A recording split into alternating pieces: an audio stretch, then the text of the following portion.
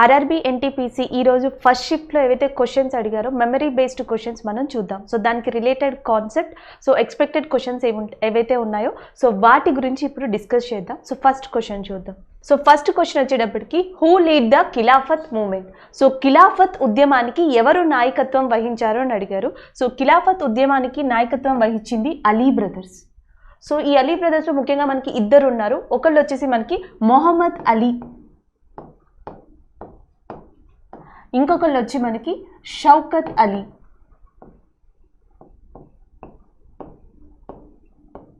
So ఒకళ్ళు వచ్చేసి మనకి మొహమ్మద్ అలీ, ఇంకొకళ్ళు వచ్చి షౌకత్ అలీ. సో ఈ ఇద్దరు అలీ బ్రదర్స్ కూడా మనకి ఖిలాఫత్ మూమెంట్కి నాయకత్వం వహించారు. సో ముఖ్యంగా చెప్పుకోవాల్సింది మౌలానా మొహమ్మద్ అలీ. సో ఈయన గురించి చెప్పుకోవచ్చు. సో జనరల్గా మనం ప్రీవియస్ ఆర్ఆర్బీ ఎన్టీపీసీ షిఫ్ట్స్ చూస్తూ ఉంటే మనకి 1885, నేను చాలాసార్లు ఇప్పటికే రిపీట్ చేశాను, 1885 నుంచి 1946 మధ్యలో ఏవైతే పాపులర్ ఈవెంట్స్ ఉన్నాయో, ఏవైతే పాపులర్గా చారిత్రక సంఘటనలు జరిగాయో సో వాటి గురించి ఎక్కువగా అడుగుతున్నారు. సో ప్రీవియస్ షిఫ్ట్స్లో చూస్తే మనకి ఐఎన్సి, ఇండియన్ నేషనల్ కాంగ్రెస్ గురించి అడగడం జరిగింది. సో సెకండ్ వచ్చేసి మనకి పార్టీస్ గురించి అడగడం జరిగింది, ఆర్గనైజేషన్స్ గురించి, స్వరాజ్ పార్టీ కానీ హెచ్ఆర్ఏ కానీ సో ఇలాంటివి అడగడం జరిగింది. సో నెక్స్ట్ వచ్చేసి మనకి ఈరోజు ఈ షిఫ్ట్లో మనకి ఒక డిఫరెంట్ క్వశ్చన్, అంటే ఎక్సెప్ట్ ఐఎన్సి, ఎక్సెప్ట్ పార్టీస్ కాకుండా సో ఒక కొత్త డిఫరెంట్ మోడ్లో క్వశ్చన్ అడగడం జరిగింది, ఖిలాఫత్ మూమెంట్. సో దీనికి రిలేటెడ్ ఇంకా ఏ క్వశ్చన్స్ అడగచ్చు అంటే all India Khilafat conference. So all India Khilafat ఉద్యమం కాన్ఫరెన్స్కి ఎవరు నాయకత్వం వహించారు మొట్టమొదటిగా అని అడుగుతారు. So all India Khilafat conference ఎప్పుడు జరిగింది అంటే 1919లో జరిగింది. సో దీనికి నాయకత్వం వహించిన పర్సన్ ఎవరు అంటే గాంధీ. సో నెక్స్ట్ ఎక్స్పెక్టెడ్ క్వశ్చన్లో ఏమన్నా వస్తుందంటే ఆల్ ఇండియా ఖిలాఫత్ కాన్ఫరెన్స్కి, ఉద్యమానికి నాయకత్వం వహించింది ఎవరు మొదటిసారిగా అంటే గాంధీ. అది కూడా ఏ ఇయర్లో అంటే 1919. సో ఇంకా దీనికి రిలేటెడ్, ఈ టైం లైన్కి రిలేటెడ్గా ఇంకేం రావచ్చు అంటే మనకి మెయిన్గా సో మనకి 1917. సో 1917లో జరిగిన ఇంపార్టెంట్ హిస్టారికల్ మూమెంట్ ఏంటి అంటే మనకి చంపారణ్ సత్యాగ్రహ. సో చంపారణ్ సత్యాగ్రహ ఉద్యమం ఎప్పుడు జరిగింది అంటే 1917లో. ఎక్కడ జరిగింది అంటే ఇది బీహార్. సో దీని మీద ఎలాంటి క్వశ్చన్స్ పడవచ్చు అంటే చంపారణ్ సత్యాగ్రహం అనేది ఏ సంవత్సరంలో వచ్చింది అని అడుగుతారు, 1917. లేదా ఎక్కడ జరిగింది అని అడుగుతారు, బీహార్. సో చంపారణ్ సత్యాగ్రహం మెయిన్గా దేనికోసం జరిగింది అంటే ఇండిగో. సో దీన్నే మనం ఏమని పిలవచ్చు అంటే IndiGo revolution. So IndiGo revolution అని కూడా పిలవచ్చు. ఇంకా ఏమని పిలవచ్చు అంటే ఇది పన్నుకి సంబంధించింది కాబట్టి సో దీనికి తీన్ కాతియా సిస్టమ్ అని కూడా పేరు. సో తీన్ కాతియా ఉద్యమం అని కూడా దేన్ని పిలుస్తారు అంటే మనని చంపారణ్ సత్యాగ్రహాన్ని పిలుస్తారు. సో నెక్స్ట్ ఎక్స్పెక్టెడ్ క్వశ్చన్స్లో సో 1917లో చంపారణ్ సత్యాగ్రహకు సంబంధించి ఇలాంటి క్వశ్చన్స్ అడగచ్చు. సో నెక్స్ట్ ఇంకా ఏ క్వశ్చన్స్ అడిగే ఛాన్స్ ఉందంటే 1918. సో 1918లో అహ్మదాబాద్ మిల్ స్ట్రైక్ అంటాం. అహ్మదాబాద్ మిల్ నిరసన, అహ్మదాబాద్ మిల్ స్ట్రైక్. సో ఇది ఎప్పుడు జరిగింది అంటే 1918లో జరిగింది. సో ఈ రెండింటికి కూడా ఎవరికి లింక్ ఉంది, ఈ రెండింటితో కూడా ఈ హిస్టరీ మూమెంట్తో ఎవరికి లింకప్ ఉంది అంటే గాంధీ. సో గాంధీ ఆధ్వర్యంలో 1917లో చంపారణ్ సత్యాగ్రహం, 1918లో అహ్మదాబాద్ మిల్ స్ట్రైక్ జరిగాయి. సో తర్వాత 1919 వచ్చేటప్పటికి ఖిలాఫత్ కాన్ఫరెన్స్కి సంబంధించిన క్వశ్చన్స్ ఉన్నాయి. ఆల్ ఇండియా ఖిలాఫత్ కాన్ఫరెన్స్ కానీ అలీ బ్రదర్స్కి గురించి కానీ వీటి గురించి. అసలు ఇలాంటి ఖిలాఫత్ ఉద్యమం అలీ బ్రదర్స్ ఎందుకు ఇచ్చారు అంటే సో టర్కీకి బ్రిటిష్కి ఏవైతే వివాదాస్పదమైన విషయాలు వచ్చాయో సో దానికి నిరసనగా సో ఖిలాఫత్ మూమెంట్ అనే దాన్ని బ్రిటిష్కి వ్యతిరేకంగా ఈ అలీ బ్రదర్స్ ఇండియాలో స్టార్ట్ చేయడం జరిగింది. సో ఈ టర్కీకి బ్రిటిష్కి ఎందుకు వచ్చాయి అంటే due to world war 1. So ఇక్కడ ఇంకొక క్వశ్చన్ ఏమని అడగచ్చు అంటే మొట్టమొదటి ప్రపంచ యుద్ధం ఎప్పుడు జరిగింది అంటే 1914 to 1918. సో ఎప్పుడు మొదలైంది ఫస్ట్ వరల్డ్ వార్ అంటే ఇయర్ 1914 పెట్టచ్చు. ఎప్పుడు ఎండ్ అయింది అంటే 1918లో ఎండ్ అయింది అని చెప్పచ్చు. సో నెక్స్ట్ ఇది 1919 వరకు ఉన్న టైం లైన్. సో నెక్స్ట్ ఏ క్వశ్చన్స్ అడగచ్చు అంటే మనకి 1920 వచ్చేటప్పటికి ఇండియాలో మనకి ఇంపార్టెంట్ మూమెంట్ ఏం స్టార్ట్ అయ్యింది అంటే నాన్ కోఆపరేషన్ మూమెంట్, సహాయ నిరాకరణోద్యమం. సో నాన్ కోఆపరేషన్ మూమెంట్ అనేది మనకి ఎప్పుడు స్టార్ట్ అయింది అంటే 1920లో స్టార్ట్ అయింది. సో ఈ మూమెంట్ ఎవరు పిలుపునిచ్చారు అంటే ముఖ్యంగా గాంధీ పిలుపునిచ్చారు. సో అప్పుడు మనకి ఇంపార్టెంట్ పర్సన్స్ అందరూ కూడా ఇండియాలో ఈ మూమెంట్లో, సో ఈ 1920 మూమెంట్లో పార్టిసిపేట్ చేశారు. సో వీళ్ళల్లో ముఖ్యమైన పర్సన్ ఎవరు అంటే సిఆర్ దాస్.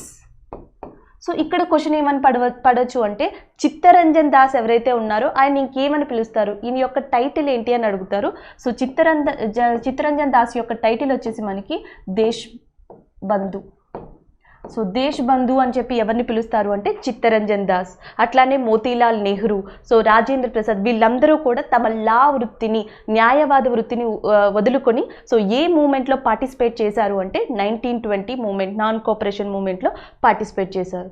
సో ఏ ఘటన వల్ల గాంధీ ఈ మూమెంట్ని ఆపేశారు లేదా నిలిపేశారు అని అడిగితే చౌరీ చౌరా.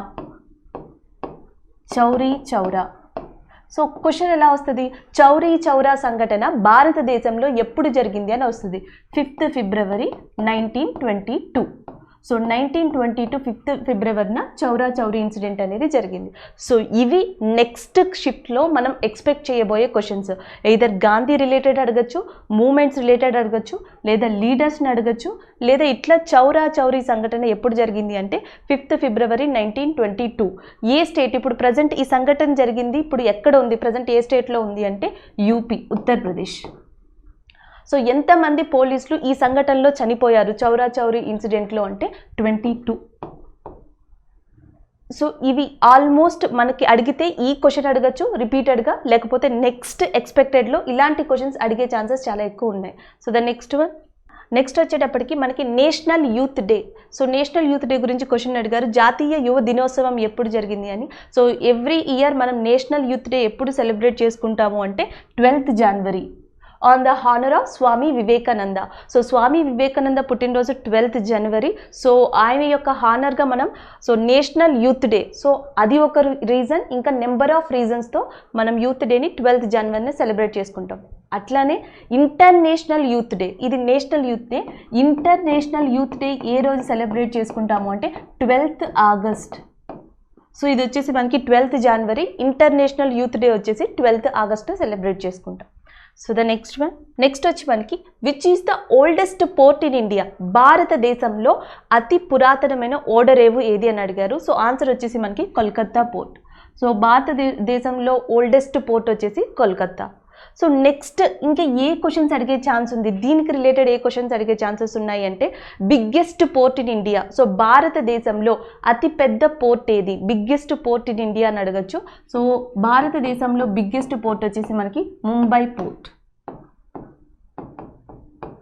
అట్లానే భారతదేశంలో బిజియెస్ట్ పోర్ట్ ఏది అని అడగచ్చు, చాలా బిజీగా ఉండే పోర్ట్ ఏది అని అడగచ్చు. సో అది కూడా మనకి ముంబై పోర్టే. So biggest port in India, so busiest port in India కూడా ముంబై పోర్టే. So king of Arabian sea అని ఏ పోర్టుని పిలుస్తారు, king of Arabian sea.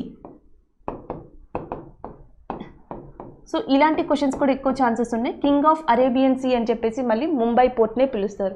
So first busiest port వచ్చి ముంబై పోర్ట్. సో సెకండ్ ఎలాంటి అడిగే ఛాన్సెస్ ఉన్నాయి, second busiest port in India. So భారతదేశంలో సెకండ్ బిజియెస్ట్ పోర్ట్గా ఏది ఉంది అని అడుగుతారు. So second busiest port in India వచ్చేసి మనకి చెన్నై పోర్ట్. ఇవి ఇండియాలో అడగగలిగితే, లేకపోతే ఇంకా ఎలాంటి క్వశ్చన్స్ అడుగుతారు అంటే మనకి సో హైయెస్ట్ టైడల్ పోర్ట్. సో భారతదేశంలో హైయెస్ట్ టైడల్ పోర్ట్ ఎక్కడ ఉంది అని అడుగుతారు, గుజరాత్. సో దాని పేరు వచ్చేసి Kandla. So highest టైడల్ port in India వచ్చేసి మనకి కాండ్లా. అయితే రీసెంట్గా కాండ్లా పోర్ట్ యొక్క నేమ్ని చేంజ్ చేశారు. సో గుజరాత్లో ఉన్న హైయెస్ట్ టైడల్ పోర్ట్ కాండ్లా నేమ్ని ఏమని చేంజ్ చేశారు అంటే దీన్ దయాల్ పోర్ట్. సో ఇవి ఈ రిలేటెడ్ క్వశ్చన్స్ అడిగే ఛాన్సెస్ ఉన్నాయి. ఒకవేళ ఇంకొంచెం పేపర్ టఫెస్ట్గా మనం ఎక్స్పెక్ట్ చేయగలిగితే సో ఇండియా కాకుండా ఇది జీకే ఓరియంటెడ్ వస్తుంది కాబట్టి వరల్డ్లో కూడా అడిగే ఛాన్సెస్ ఉన్నాయి. ఎలాంటి క్వశ్చన్స్ అడుగుతారంటే ప్రపంచంలో ఏ కంట్రీ ఎక్కువ పోర్ట్స్ని కలిగి ఉంది, సో ప్రపంచంలో ఎక్కువ ఓడరేవులు ఏ నగరంలో, ఏ దేశంలో ఉన్నాయని అడుగుతారు. So China.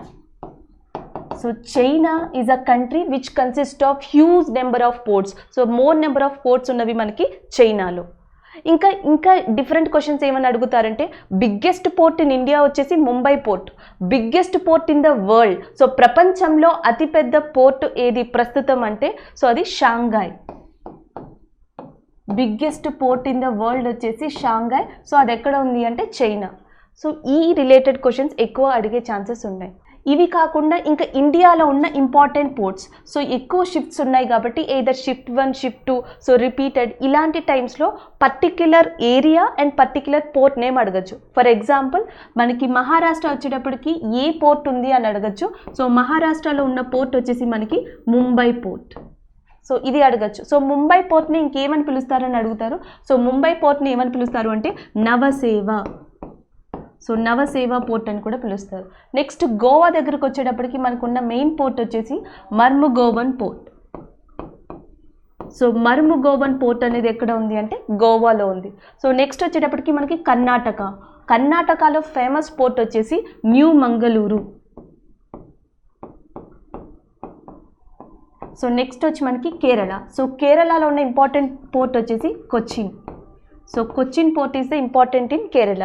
సో గుజరాత్ వచ్చేటప్పటికి దీన్ దయాల్ పోర్ట్, సో దాని ఓల్డ్ నేమ్ వచ్చేసి Kandla. So particular place port.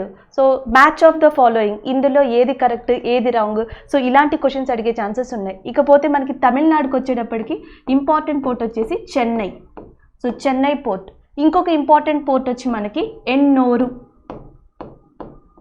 So ఎన్నోరు పోర్టుని ప్రస్తుతం నేమ్ చేంజ్ చేశారు. సో తమిళనాడులో ఉన్న ఎన్నోరు పోర్ట్ యొక్క కొత్త నేమ్ ఏంటి, న్యూ నేమ్ ఏంటి అంటే మనకి కామరాజన్ పోర్ట్. ఎన్నోరు పోర్ట్ యొక్క వేరే నేమ్ కొత్త నేమ్ ఏంటి అంటే కామరాజన్ పోర్ట్.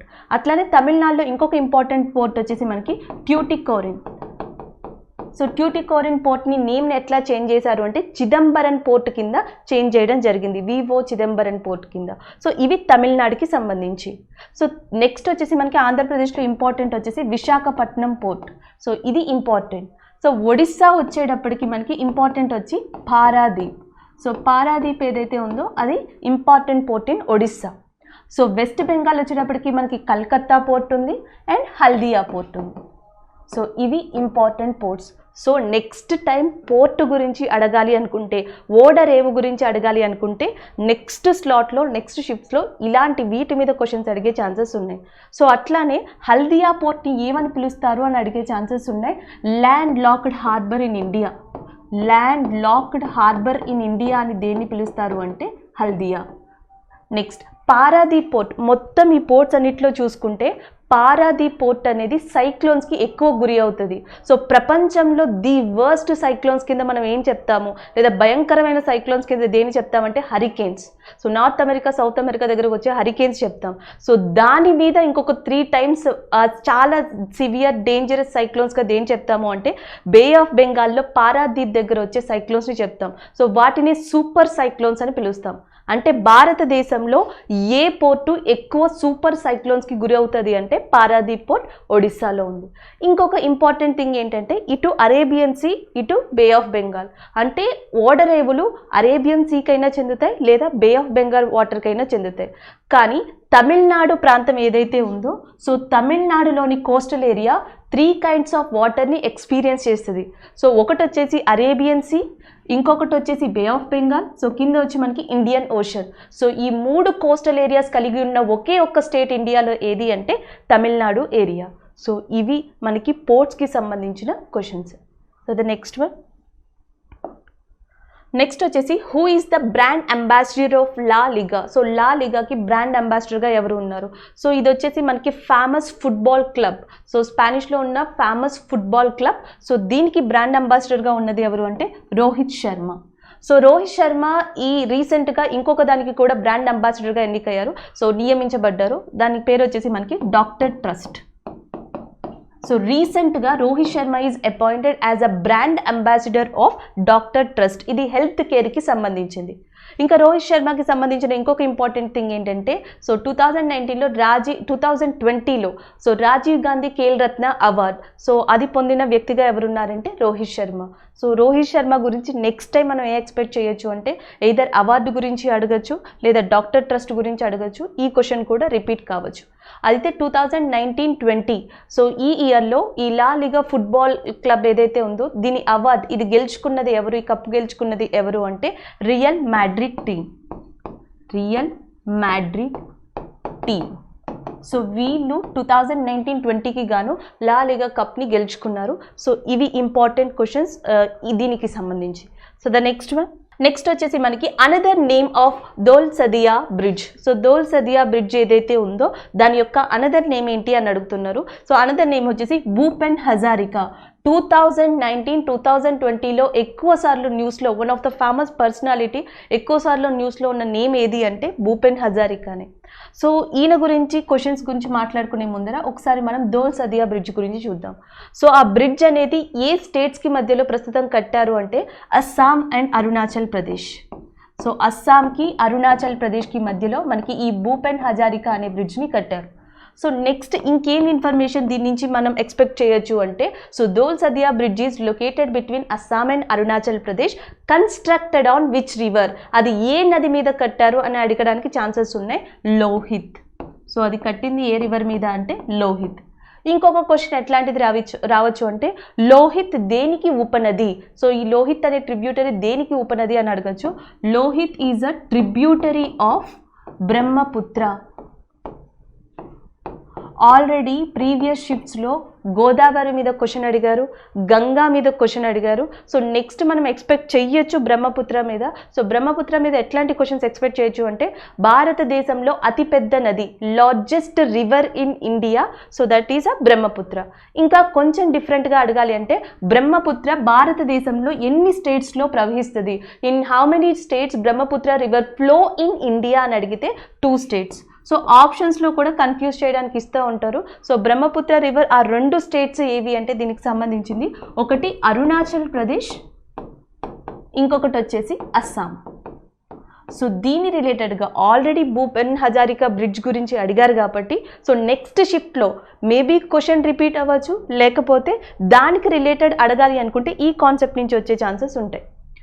నెక్స్ట్ ఇక భూపెన్ హజారికా విషయానికి వస్తే 2019లో భారతరత్న ఏదైతే ప్రకటించిందో గవర్నమెంట్, సో భారతరత్న అవార్డు ముగ్గురికి ప్రకటించింది. ఒకటి ప్రణబ్ ముఖర్జీ, ఇంకొకటి వచ్చేసి మనకి నానాజీ దేశ్ముఖ్,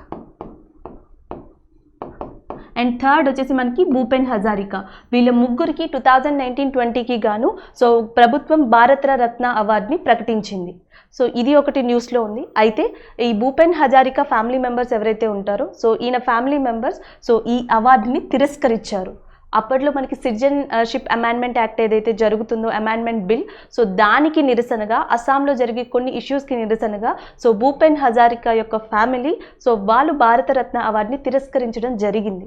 సో ఇది ఒక ఇంపార్టెంట్ న్యూస్. ఇంకొకటి ఏంటంటే అసలు ఇండియాలో ఫస్ట్ పర్సన్ ఎవరు భారతరత్న అవార్డుని రిఫ్యూజ్ చేశారు అని చెప్పి. So the first person in India who refused Bharat Ratna award Maulana Abul Kalam Azad.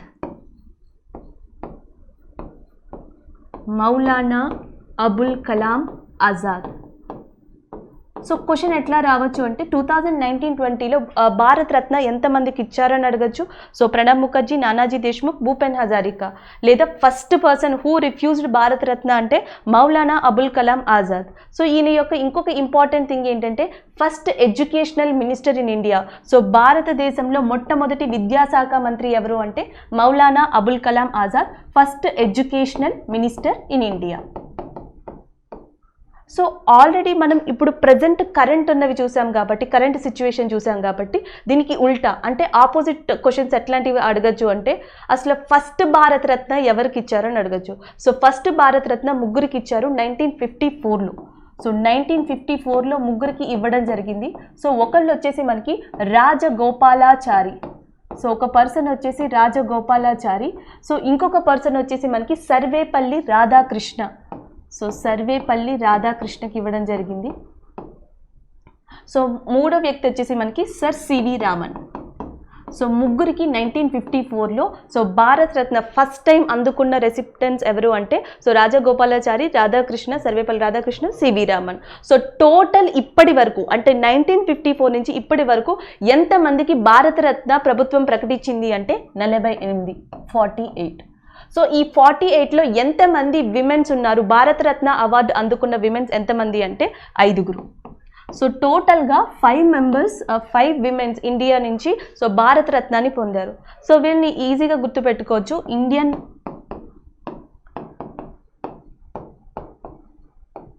So ఈ కోడ్తో గుర్తుపెట్టుకోండి ఆ 5 విమెన్స్ ఎవరు అనేది. So Indian refers to that Indira Gandhi. So Indira గాంధీకి ఇండియన్ అనే కోడ్ని గుర్తుపెట్టుకోండి. So next A refers to Aruna Asaf Ali. Next M here ఇంకొకటి వచ్చేసి మనకి ఎం రిఫర్స్ టు ఎంఎస్ సుబ్బలక్ష్మి. ఇంకొకటి వచ్చేసి మనకి ఎం ఉంది లతా మంగేష్కర్. సో ఇట్లా గుర్తుపెట్టుకోవచ్చు Aruna Asaf Ali, MS Subbalakshmi and as well as Lata Mangeshkar. ఇంకొకళ్ళు వచ్చేసి మనకి Mother Teresa. So total 5 women 5 మనకి ఇండియాలో 48 టోటల్ 48 భారతరత్నాల్లో ఎంతమంది విమెన్స్కి భారతరత్న వచ్చిందంటే 5 Aruna Asaf Ali, MS Subbalakshmi, Lata Mangeshkar, Mother Teresa, Indira Gandhi. ఈ కోడ్తో గుర్తుపెట్టుకుంటే సో ఆప్షన్స్ ఇచ్చినప్పుడు మీరు ఈజీగా ఎలిమినేట్ చేసి ఆన్సర్ ఇవ్వడానికి ఈజీగా ఉంటుంది. ఇంకొకటి అరుణ అసఫ్ అలీకి ఇండియన్ హిస్టరీలో ఇంకొక టైటిల్ కూడా ఉంది. భారతదేశ చరిత్రలో అరుణ అసఫ్ అలీని క్విట్ ఇండియన్ అంటే queen of quit India movement. So queen of quit India movement అని చెప్పి ఎవరిని పిలుస్తారు అంటే Aruna Asaf Ali. So quit India movement ఎప్పుడు జరిగింది అని అడిగితే 1942. సో ఇవి నెక్స్ట్ భారతరత్నకి కానీ లేకపోతే భూపెన్ హజారికాకి సంబంధించి కానీ లేదా ఇట్లా మెయిన్ నేమ్స్ కానీ అడిగే ఛాన్సెస్ ఉన్నాయి. సో ఆర్ఆర్బీ ఎన్టీపీసీ అనేది మోస్ట్లీ జీకే ఓరియంటెడ్ మీద వెళ్తుంది కాబట్టి సో ఇలాంటి క్వశ్చన్స్ని తెలుసుకోవడం వల్ల టఫెస్ట్ టైంలో సో ఆప్షన్స్తో మనం ఈజీగా ఆన్సర్ని ట్యాకిల్ చేయడానికి ఉంటుంది. So the next one next వచ్చేసి గూగుల్ సీఈఓ ఎవరని అడిగారు. సో గూగుల్ సీఈఓ వచ్చేసి మనకి Sundar Pichai. So the next one so next వచ్చేసి in Jallian Walabagh incident how many people are dead. So Jallian Walabagh ఘటన ఏదైతే జరిగిందో సో దాంట్లో ఎంతమంది మరణించారో అని అడుగుతున్నారు. సో జలియన్ వాలాబాగ్ అనేది ఒకటి మర్చిపోలేని ఘటన భారతదేశ చరిత్రలో. సో దాంట్లో మొత్తం మనకి టోటల్గా 379 మెంబర్స్ చనిపోవడం జరిగింది. సో దాదాపుగా 1000కి పైన నియర్లీ 1112 మెంబర్స్ సో వీళ్ళు గాయపడడం జరిగింది. 379 మంది చనిపోవడం జరిగింది. నెక్స్ట్ ఇంకెలాంటి క్వశ్చన్స్ రావచ్చు అంటే జలియన్ వాలాబాగ్లో ఎంతమంది చనిపోయారు అనేది ఆల్రెడీ అడిగారు కనుక సో జలియన్ వాలాబాగ్ ఘటన ఎప్పుడు జరిగింది అని అడిగే ఛాన్సెస్ ఉన్నాయి. 13th April 1919.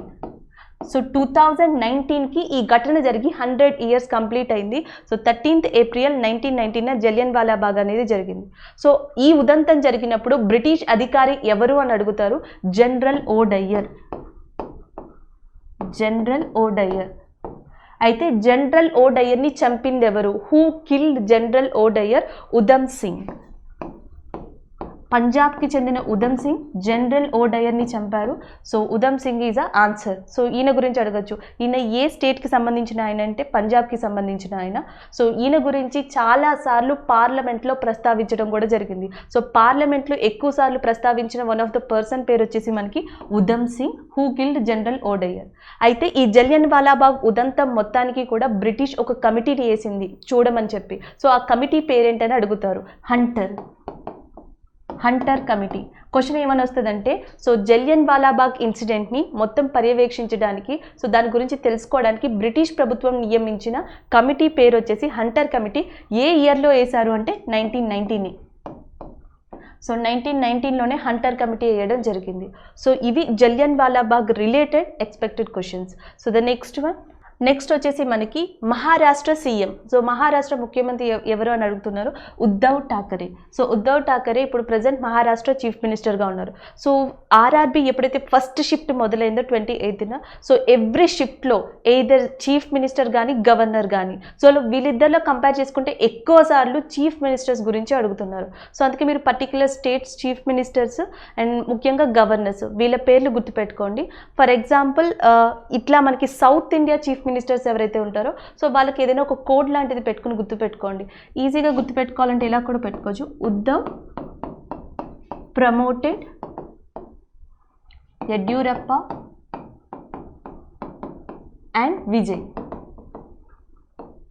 సో ఇది ఒక కోడ్ కింద గుర్తుపెట్టుకోవచ్చు, ఉద్ధవ్ ప్రమోటెడ్ యడ్యూరప్ప అండ్ విజయ్ అని చెప్పి. సో మనకి స్టార్టింగ్లో అంటే మనం స్టేట్స్ చూసుకుంటే స్టార్టింగ్లో మనకి మహారాష్ట్ర వస్తుంది. సో మహారాష్ట్రకి chief minister Uddhav Thackeray.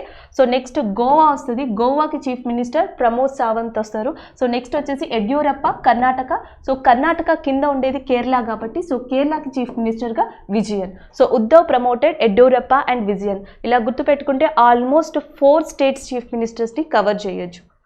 The next వచ్చేసి మనకి where is that Brihadeeswara temple located. So Brihadeeswara ఆలయం అనేది ఎక్కడ ఉంది అని అడుగుతున్నారు. సో బృహదీశ్వర ఆలయం అనేది మనకి తంజావూరు తమిళనాడులో ఉంది.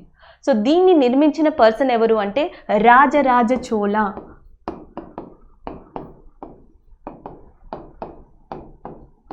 సో రాజరాజ చోళుడు ఈ ఆలయాన్ని నిర్మించడం జరిగింది. ఇది ప్రస్తుతం ఎక్కడుందంటే తమిళనాడు.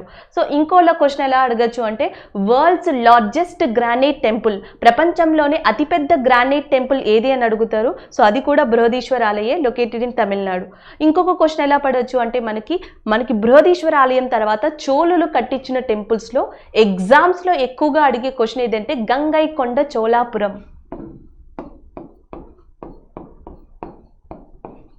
గంగైకొండ చోళాపురం. సో గంగైకొండ చోళాపురాన్ని నిర్మించింది రాజేంద్ర వన్.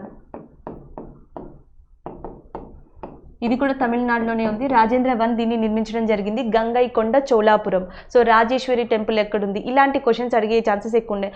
చోళులు ఎవరైతే ఉన్నారో తమిళనాడు ప్రాంతంలో చాలా ఎక్కువ టెంపుల్స్ని సో చోళా ఆర్కిటెక్చర్ స్టైల్లో కట్టించారు. వీటిలో ముఖ్యమైనవి ఈ 2. అట్లానే మనకి చోళ రాజ్యానికి చిహ్నం ఏది, రాజ్య చిహ్నం ఏది అని అడుగుతారు. చోళాస్ కింగ్డమ్ సింబల్ అడుగుతారు. సో టైగర్, మనకి పోచింగ్ టైగర్ అంటున్నాం. సో టైగర్ అనేది చోళ రాజ్యం యొక్క సింబల్. అట్లానే మనకి తమిళనాడు, కేరళ ఈ ఏరియాస్ ఏవైతే ఉన్నాయో అక్కడ 3 రాజ్యాలు ఉన్నాయి. చోళ, చెర, పాండ్య అంటాం. సో చోళులకు వచ్చేటప్పటికి రాజ్య చిహ్నం వచ్చేసి టైగర్. సో అట్లానే మనకి పాండ్యాస్ అంటున్నాం, పాండ్యులు. సో పాండ్యాస్కి వచ్చేసి మనకి ట్విన్ ఫిష్ అంటాం. So twin fish. సో వాళ్ళ సింబల్ వచ్చి 2 ఫిషెస్ ఒకదానికొకటి ఆపోజిట్ వేలో ఉంటాయి. ట్విన్ ఫిష్ అనేది పాండ్యుల యొక్క సింబల్. ఇంకా నెక్స్ట్ వచ్చేసి మనకి చెరా అంటున్నాం.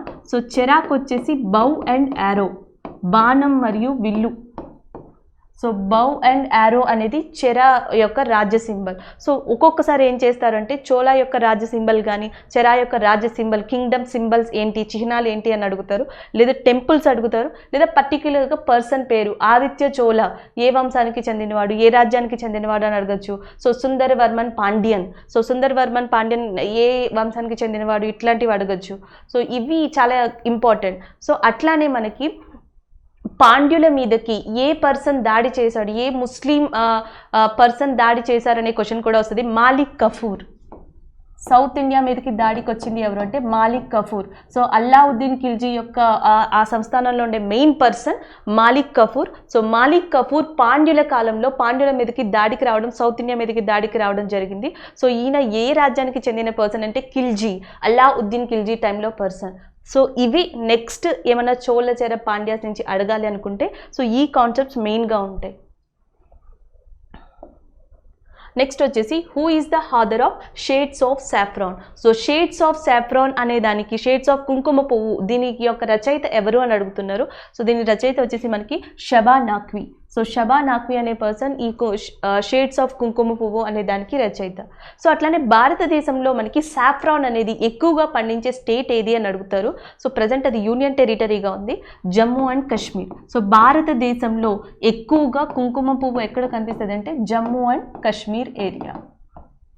సో ప్రపంచంలో one of the top country to produce saffron also Jammu and Kashmir, one of the top country. So next question చూద్దాం. సో జనరల్గా మనం ఇక్కడ క్వశ్చన్స్ చూస్తుంటే ఇస్రో కానీ లేకపోతే డిఆర్డిఓ కానీ ప్రీవియస్ క్వశ్చన్స్ మనం హిస్టరీ ఏవైతే చూసామో, సో ఫస్ట్ షిఫ్ట్ అంటే డే 1 నుంచి మనం చూసుకుంటే ఆల్మోస్ట్ 40 క్వశ్చన్స్లో ఈరోజు 40 క్వశ్చన్స్ ఇవ్వడం జరిగితే సో ఆ 40లో 10 లేకపోతే 8 అట్లా రిపీట్ అవడం జరుగుతుంది, ఏదో షిఫ్ట్ 1లో లేదా షిఫ్ట్ 2లో. లేకపోతే దానికి రిలేటెడ్ కాన్సెప్ట్ డే 1 నుంచి టిల్ ఈరోజు షిఫ్ట్ 1 దాకా సేమ్ కాన్సెప్ట్లోనే డిఫరెంట్ మాడ్యూల్లో క్వశ్చన్స్ అడుగుతున్నారు. ఫర్ ఎగ్జాంపుల్ ఇక్కడ ఇస్రో లాంచ్డ్ శాటిలైట్ అని ఉంటే ఫస్ట్ షిఫ్ట్లో డిఆర్డిఓ, సో నెక్స్ట్ షిఫ్ట్లో వచ్చేసి ISRO established year, so next షిఫ్ట్లో వచ్చేసి మనకి డిఆర్డిఓ హెడ్ ఎవరు. సో దీనికి కాన్సెప్ట్ అనేది సేమ్, కాకపోతే ఆ టాపిక్స్ అనేవి చేంజ్ అవుతున్నాయి. సో ఈ వీడియోస్ వల్ల ఏంటి అంటే మోస్ట్లీ మనం క్వశ్చన్స్ ఎక్స్పెక్ట్ చేయొచ్చు. సెకండ్ థింగ్ ఏంటంటే ప్రీవియస్ క్వశ్చన్స్ ఉంటే దానికి ఆన్సర్ తెలుసుకోవచ్చు. Third thing, in case rare కేస్లో టఫెస్ట్ పేపర్ కనుక వస్తే మనం ఈజీగా మనకి తెలిసిన ఆన్సర్స్ అండ్ కాన్సెప్ట్తో ఈజీగా ఆన్సర్స్ని స్మార్ట్ వేలో ట్యాకిల్ చేయొచ్చు. ఎలిమినేషన్ ఆఫ్ ఆప్షన్స్ కానీ లేకపోతే కాన్సెప్ట్ ఓరియంటెడ్ కానీ ఈజీగా అంటే 40లో 25 to 30 సో మనం మోర్ కాన్ఫిడెంట్గా ఆన్సర్ చేయడానికి ఛాన్సెస్ చాలా ఉన్నాయి.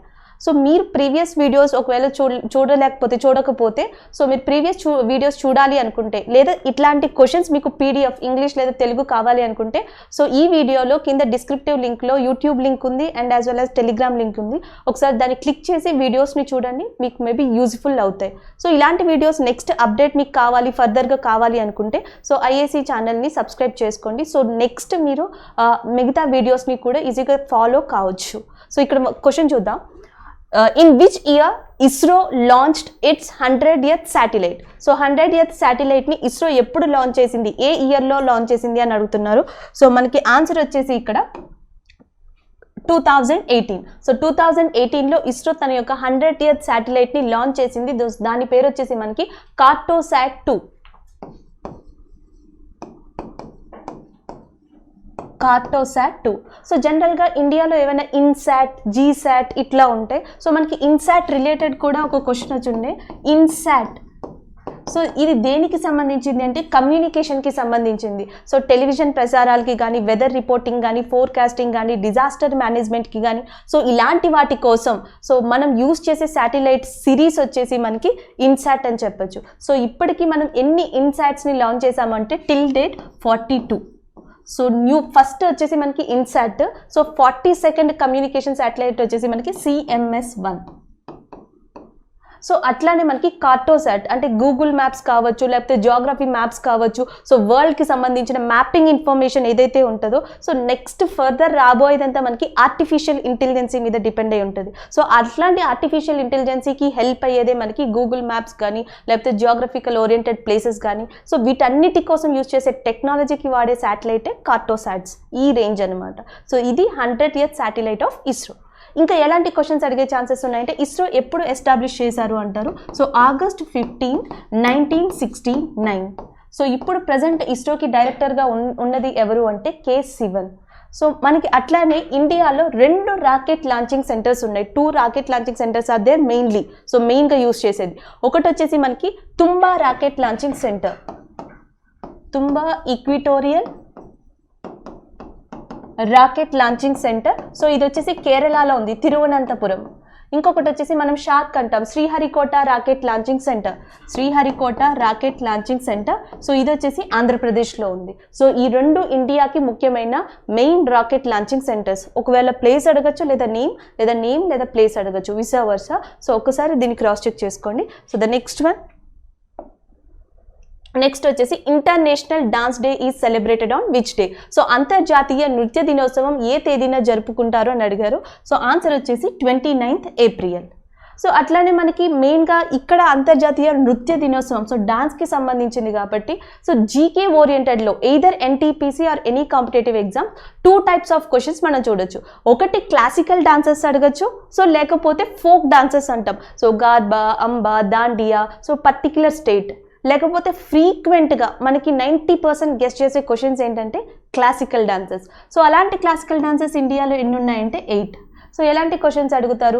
భరతనాట్యం అంటాం. సో భరతనాట్యం ఏ స్టేట్కి సంబంధించిన డాన్స్ అని అడుగుతారు? సో తమిళనాడు. సో అట్లనే కూచిపూడి అంటాం. సో కూచిపూడి ఏ స్టేట్కి సంబంధించింది అని అడుగుతారు? ఆంధ్రప్రదేశ్కి సంబంధించింది. సో నెక్స్ట్ వచ్చేసి మనం సట్రియా అంటాం. సో సట్రియా అనేది దేనికి సంబంధించిన డాన్స్ అని అడుగుతారు? అస్సాం. సో నెక్స్ట్ వచ్చేసి కథక్ అంటాం. సో కథక్ ఏ స్టేట్కి సంబంధించింది అంటే ఉత్తరప్రదేశ్. నెక్స్ట్ వచ్చేసి కథకళి అంటాం. సో ఇది ఏ స్టేట్కి సంబంధించింది అంటే కేరళ. సో అట్లానే మోహిని అట్టం అంటాం. సో మోహిని అట్టం ఏ స్టేట్కి సంబంధించింది అంటే that is also Kerala. So కేరళలో మనకి కథకళి, మోహిని అట్టం. సో కథక్ వచ్చి ఉత్తరప్రదేశ్, సట్రియా అస్సాం, సో మిగిలినవి Tamil Nadu, Andhra Pradesh. So classical dances, folk dances అనేవి ఇలాంటి ఎగ్జామ్స్లో చాలా ఇంపార్టెంట్. సో ఇప్పటి వరకు ఈ కాన్సెప్ట్ని టచ్ చేయలేదు. సో ప్రీవియస్ షిఫ్ట్లో ఎక్కడా కూడా ఈ కాన్సెప్ట్ని టచ్ చేయలేదు. సో ఫస్ట్ అడిగింది ఇక్కడ మనకి దీంతో స్టార్ట్ చేశారు, ఇంటర్నేషనల్ డాన్స్ డే. మేబీ తర్వాత ఫోక్ డాన్స్ అడగచ్చు పర్టికులర్ స్టేట్లో, లేదా డైరెక్ట్గా ఎన్ని ఉన్నాయని అడగచ్చు, స్టేట్ కాంబినేషన్తో అడగచ్చు. సో నెక్స్ట్ వచ్చేసి who attend the second round table conference. So second round table కాన్ఫరెన్స్కి ఎవరు అటెండ్ అయ్యారో అని అడుగుతున్నారు? గాంధీ. సో జనరల్గా ఈ కాన్సెప్ట్ వచ్చి మనకి సో రౌండ్ టేబుల్ కాన్ఫరెన్స్ అంటాం. హిస్టరీలో మనకి ఇలాంటి రౌండ్ టేబుల్ కాన్ఫరెన్స్ ఎన్ని జరిగాయంటే 3. 1930 నుంచి 1932 మధ్యలో, ఈ ఇయర్స్ మధ్యలో మనకి 3 రౌండ్ టేబుల్ సమావేశాలు జరిగాయి. సో ఈ 3 రౌండ్ టేబుల్ సమావేశాలు ఎక్కడ జరిగాయి అంటే లండన్ వేదికగా జరిగాయి. ఇంకొక క్వశ్చన్ వచ్చి ఈ 3 రౌండ్ టేబుల్ సమావేశాలకి హాజరైన పర్సన్ ఎవరు అంటే doctor BR Ambedkar. So doctor BR Ambedkar ఈ 3 సమావేశాలకి కూడా పార్టిసిపేట్ చేశారు. ఇంకొకటి, సో రెండో సమావేశానికి పార్టిసిపేట్ చేసిన పర్సన్ ఎవరు, అటెండ్ అయిన పర్సన్ ఎవరు అంటే గాంధీ. సో గాంధీతో పాటు రెండవ రౌండ్ టేబుల్ సమావేశానికి అటెండ్ అయిన మహిళ ఎవరు అంటే సరోజినీ నాయుడు. సరోజినీ నాయుడు. అలాగే ఈ రౌండ్ టేబుల్ కాన్ఫరెన్స్కి సో ముస్లిం లీగ్ తరపున అటెండ్ అయిన పర్సన్ ఎవరంటే మహమ్మద్ అలీ జిన్నా. సో మహమ్మద్ అలీ జిన్నా సో ఈ రౌండ్ టేబుల్ కాన్ఫరెన్స్కి అటెండ్ అయిన పర్సన్ ముస్లిం లీగ్ తరపు నుంచి. ఎగ్జాక్ట్గా ఏవైతే ఈ రౌండ్ టేబుల్ కాన్ఫరెన్సెస్ జరుగుతున్నాయో అదే టైంలో ఇండియాలో 2 ఒప్పందాలు జరిగాయి, ఒడంబడిక అంటాం మనం. ఒకటి వచ్చేసి ఢిల్లీ ప్యాక్ట్, ఢిల్లీ ఒడంబడిక. ఇంకొకటి వచ్చేసి పూనా ప్యాక్ట్. సో ఈ 2 కూడా చాలా important. Already round table conference అడిగారు కాబట్టి నెక్స్ట్ కాన్సెప్ట్లో మేబీ ఢిల్లీ ప్యాక్ట్ కానీ పూనా ప్యాక్ట్ కానీ. సో ఢిల్లీ ప్యాక్ట్ ఎవరెవరికి మధ్య జరిగింది అంటే గాంధీ, ఇర్విన్. సో లార్డ్ ఇర్విన్కి గాంధీకి మధ్యలో జరిగింది 1931లో. ఢిల్లీలో జరిగింది కాబట్టి ఢిల్లీ ప్యాక్ట్ అంటాం. సో నెక్స్ట్ వచ్చేసి పూనా ప్యాక్ట్. ఇది ఎవరెవరికి మధ్య జరిగింది అంటే గాంధీకి, అంబేద్కర్కి మధ్యలో జరిగింది పూనాలో 1932లో. సో ఇది 1932లో జరిగింది, ఇది 1931లో జరిగింది. సో ద నెక్స్ట్ క్వశ్చన్ వచ్చేసి LIFO యొక్క ఫుల్ ఫామ్ ఏంటి అని అడుగుతున్నారు. LIFO యొక్క full form last in first out. Computer related HTTP, HTML, so languages అంటాం, జావా కానీ పైథాన్ కానీ. సో ఎప్పుడు ఇంట్రడ్యూస్ చేశారు, దీని ఫుల్ ఫామ్ ఏంటి, URL ఫుల్ ఫామ్ ఏంటి. సో ఇలాంటి క్వశ్చన్స్ ఎక్కువగా అడగడం జరుగుతుంది. సో ద నెక్స్ట్ వచ్చేసి which was the first Indian empire in history. So భారతదేశ చరిత్రలో మొట్టమొదటి భారతీయ సామ్రాజ్యం ఏది? సో భారతదేశ చరిత్రలోనే మొట్టమొదటి సామ్రాజ్యం ఏదిగా అని చెప్పుకోవచ్చు అంటే మౌర్య సామ్రాజ్యం, మౌర్యన్ ఎంపైర్గా చెప్పచ్చు. సో దీన్ని స్థాపించిన పర్సన్ ఎవరు అంటే చంద్రగుప్త మౌర్య. సో దీన్ని స్థాపించింది చంద్రగుప్త మౌర్య. సో అట్లానే దీని తర్వాత ఇంకేం అడిగే ఛాన్సెస్ ఉన్నాయంటే మౌర్యన్స్ తర్వాత వచ్చింది సుంగా కాబట్టి సో సుంగా డైనాసిటీని స్టార్ట్ చేసింది ఎవరు అని అడగచ్చు, పుష్యమిత్ర సుంగా. సో సుంగా డైనాసిటీని స్టార్ట్ చేసింది పుష్యమిత్ర సుంగా. సో ఆయన్ని అడగచ్చు. లేకపోతే గుప్తా డైనాసిటీ అంటాం. సో గుప్తా డైనాసిటీని స్టార్ట్ చేసింది ఎవరు అని అడుగుతారు. సో మనకి Chandragupta 1. So Chandragupta. So next one Gupta dynasty తర్వాత మనకు ఉండేది మనకి పుష్యభూతి డైనాసిటీ అంటాం, లేదా వర్ధన డైనాసిటీ అని కూడా పిలవచ్చు. సో వర్ధన డైనాసిటీకి సంబంధించి మనకి ప్రభాకర వర్ధన. సో గుప్తా డైనాసిటీ ఒకటి క్రాస్ చెక్ చేసుకోండి. అండ్ వర్ధన డైనాసిటీకి Prabhakar Vardhana, Sunga dynasty Pushyabhuti, and Chandragupta started Mauryan empire. ఒక్కసారి మీరు మాత్రం Gupta dynasty established by whom అనేది ఒకసారి క్రాస్ చెక్ చేసుకోండి. సో ఇలాంటి క్వశ్చన్స్ అడిగే ఛాన్సెస్ ఉంటాయి. సో ఎవరు ఎక్కడ స్థాపించారు, ఇందులో ఫేమస్ కింగ్ ఎవరు, ఏదైనా కట్టించారా, సో ఈ మాన్యుమెంట్స్ ఏమన్నా ఉన్నాయా, లేకపోతే ఇన్స్క్రిప్షన్స్ శాసనాలు ఏమన్నా ఉన్నాయా. సో ఇలాంటి క్వశ్చన్స్ అడిగే ఛాన్సెస్ ఎక్కువ ఉన్నాయి. So the next one next వచ్చేసి fort William is located in. So fort William అనేది బ్రిటిష్ పర్సన్స్ కట్టించడం జరిగింది. సో బ్రిటిష్ కట్టించిన ఈ ఫోర్ట్ విలియం అనేది ఎక్కడ ఉంది అంటే కోల్కతాలో ఉంది. It is located in Kolkata. ఇట్లాంటిదే మనకి సెయింట్ జార్జ్ ఫోర్ట్ అంటాం. సో సెయింట్ జార్జ్ ఫోర్ట్ అనేది కూడా ఎవరు కట్టించారు అంటే బ్రిటిషర్సే కట్టించారు. సో ఇది ఎక్కడ ఉంది అని అడిగితే మద్రాస్, చెన్నైలో ఉంది. So it is located in Chennai. So ఈ రెండు ఫోర్ట్స్ని కూడా బ్రిటిషర్స్ తన ఇంపార్టెంట్ ఏరియాస్, ఒకటి కలకత్తా, రెండోది వచ్చేసి చెన్నై ఏరియాలో కట్టించడం జరిగింది. సో ద నెక్స్ట్ వచ్చేసి which was the first state established on linguistic bases. So భాషా ప్రాతిపదిక మీద ఏర్పడిన మొట్టమొదటి రాష్ట్రం ఏది అని అడుగుతున్నారు. సో ఆంధ్రప్రదేశ్. 1956లో ఇది ఏర్పడింది. 1956 సంవత్సరంలో భాషా ప్రాతిపదిక మీద ఏర్పడిన మొట్టమొదటి రాష్ట్రంగా సో ఆంధ్రప్రదేశ్ గుర్తించబడింది. సో అప్పుడే మనకి ఒక యాక్ట్ కూడా స్టార్ట్ చేశారు, స్టేట్ రీఆర్గనైజేషన్ యాక్ట్. సో రాష్ట్రాల పునర్వ్యవస్థీకరణ చట్టం. సో దాన్ని 1956లోనే స్టార్ట్ చేయడం జరిగింది. సో అప్పుడు మనకి డిఫరెంట్ కమిషన్స్ వేశారు, లింగ్విస్టిక్ కమిషన్స్ అంటాం. సో భాషా ప్రాతిపదిక మీద రాష్ట్రాలు ఏర్పరచడానికి కొన్ని కమిషన్స్ వేయడం జరిగింది. సో వాటిలో ఇంపార్టెంట్ కమిషన్స్ ఏంటి అంటే ఒకటి వచ్చేసి ఫజల్ అలీ కమిషన్, ఇంకొకటి వచ్చేసి జేవిపి కమిటీ అంటాం. సో దీంట్లో ఎక్కువ క్వశ్చన్స్ ఉంటాయి. సో జేవిపి కమిటీ దేనికి సంబంధించింది అంటే లింగ్విస్టిక్, అంటే స్టేట్ రీఆర్గనైజేషన్ కోసం. సో ఈ లింగ్విస్టిక్ స్టేట్స్ కోసం ఏదైతే ఉందో ఆ విషయం మీద ఒక కమిటీని వేయడం జరిగింది, జేవిపి కమిటీ. దీంట్లో జే రిఫర్స్ టు జవహర్లాల్ నెహ్రూ, వి అంటే వల్లభాయ్ పటేల్, పి అంటే పట్టాభి సీతారామయ్య. సో ఇలాంటి ఏ పేరు ఎవరికి సంబంధించింది అనే క్వశ్చన్స్ కూడా ఉంటాయి. సో దీన్ని చూసుకోవడం మంచిది. సో మనకి ఆంధ్రప్రదేశ్ వచ్చి 1956లో వచ్చింది. సో మనకి జెంటిల్మెన్స్ ఒప్పందం అంటాం, పెద్ద మనుషుల ఒప్పందం. సో పెద్ద మనుషుల ఒప్పందం ప్రకారం సో ఆ తర్వాత 1956లో ఆంధ్రప్రదేశ్ ఈ యాక్ట్ మీద, స్టేట్ రీఆర్గనైజేషన్ యాక్ట్ మీద విడిపోవడం జరిగింది, కొత్త స్టేట్గా రావడం జరిగింది. అట్లానే మనకి ఇంకొక ఇంపార్టెంట్ స్టేట్ వచ్చేసి మనకి సిక్కిం అంటాం. సో సిక్కిం ఇండియాలో పార్ట్గా ఎప్పుడు అయింది అంటే 1975. సో 1975లో అయింది. సో నెక్స్ట్ వచ్చేసి పంజాబ్ నుంచి ఒక ప్రాంతం విడిపోయి హర్యానాగా అయింది. సో హర్యానా స్టేట్ అనేది ఎప్పుడు ఫామ్ అయింది అంటే 1966లో ఫామ్ అయింది. ఎందుకు అంటే మనకి మద్రాస్లో తమిళ్ మాట్లాడే వాళ్ళు అండ్ తెలుగు మాట్లాడే వాళ్ళు ఎలా ఉన్నారో, ఆ స్టేట్స్ ఎలా విడిపోయాయో సేమ్ థింగ్ పంజాబ్లో పంజాబీ మాట్లాడే వాళ్ళు, హిందీ భాష మాట్లాడే వాళ్ళు, అలాగే కొంతమంది ట్రైబల్ పీపుల్. సో ఇట్లాంటి యాక్టివిటీస్ ఉండడం వల్ల సో తర్వాత సో ఈ పంజాబ్ కాస్త పంజాబ్ హర్యానా కింద విడిపోయింది. One is the Punjab state, second one Haryana form అయింది 1966లో. ఈ రెండింటికి కామన్ క్యాపిటల్గా ఉన్నది ఏది అంటే చండీగఢ్. సో నెక్స్ట్ వచ్చేసి మనకి Dena bank and Vijaya bank are merged with. So Dena bank, Vijaya bank ఏ బ్యాంక్లో విలీనం చేశారు అని అడుగుతున్నారు, bank of Baroda. So bank of బరోడాలో విలీనం చేశారు. సో అంతకుముందు ఏం క్వశ్చన్స్ అడిగారు అంటే ఆర్బీఐ ఎప్పుడు ఎస్టాబ్లిష్ అయింది అని అడిగారు, 1935. సో ఆర్బీఐ అనేది ఏ యాక్ట్ ద్వారా ఎస్టాబ్లిష్ అయింది అంటే 1934 యాక్ట్ ద్వారా అయింది. సో ఆర్బీఐ హెడ్ క్వార్టర్స్ ప్రస్తుతం ఎక్కడ ఉందంటే ముంబైలో ఉంది. సో ఇలాంటి క్వశ్చన్స్ అడగడం జరిగింది. సో ద నెక్స్ట్ వచ్చేసి మనకి CAA, citizenship amendment act. CAA యొక్క ఫామ్ అడిగారు. సో అక్కడ ఇచ్చిన ఆప్షన్స్ ప్రకారం ఆన్సర్ వచ్చేసి సిటిజన్షిప్ అమెండ్మెంట్ యాక్ట్. సో మనకి భారతదేశంలో డ్యూయల్ సిటిజన్షిప్ ఉంటుందా, సింగిల్ సిటిజన్షిప్ ఉంటుందా, ఏక పౌరసత్వం ఉంటుందా, ఇంకా ఎక్కువ ఉంటాయని అడుగుతారు. సో ఇండియాకు ఉన్నది సింగిల్ సిటిజన్షిప్, మనకి సింగిల్ సిటిజన్షిప్ ఉంటుంది.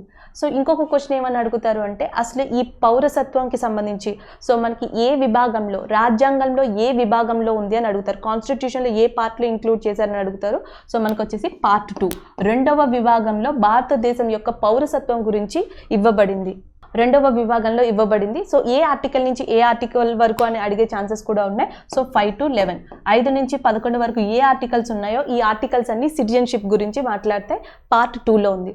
అట్లానే మనకి పౌరసత్వ చట్టం, సిటిజన్షిప్ యాక్ట్ అంటాం. సో సిటిజన్షిప్ యాక్ట్ అనేది ఎప్పుడు వచ్చింది అంటే 1955, 1955లో సిటిజన్షిప్ యాక్ట్ అనేది రావడం జరిగింది. సో దాని తర్వాత ఇప్పటి వరకు, సో ఆ యాక్ట్ వచ్చిన తర్వాత ఇప్పటి వరకు టిల్ నౌ సో ఎన్నిసార్లు దీన్ని సవరణ చేశారు అంటే 6 సార్లు.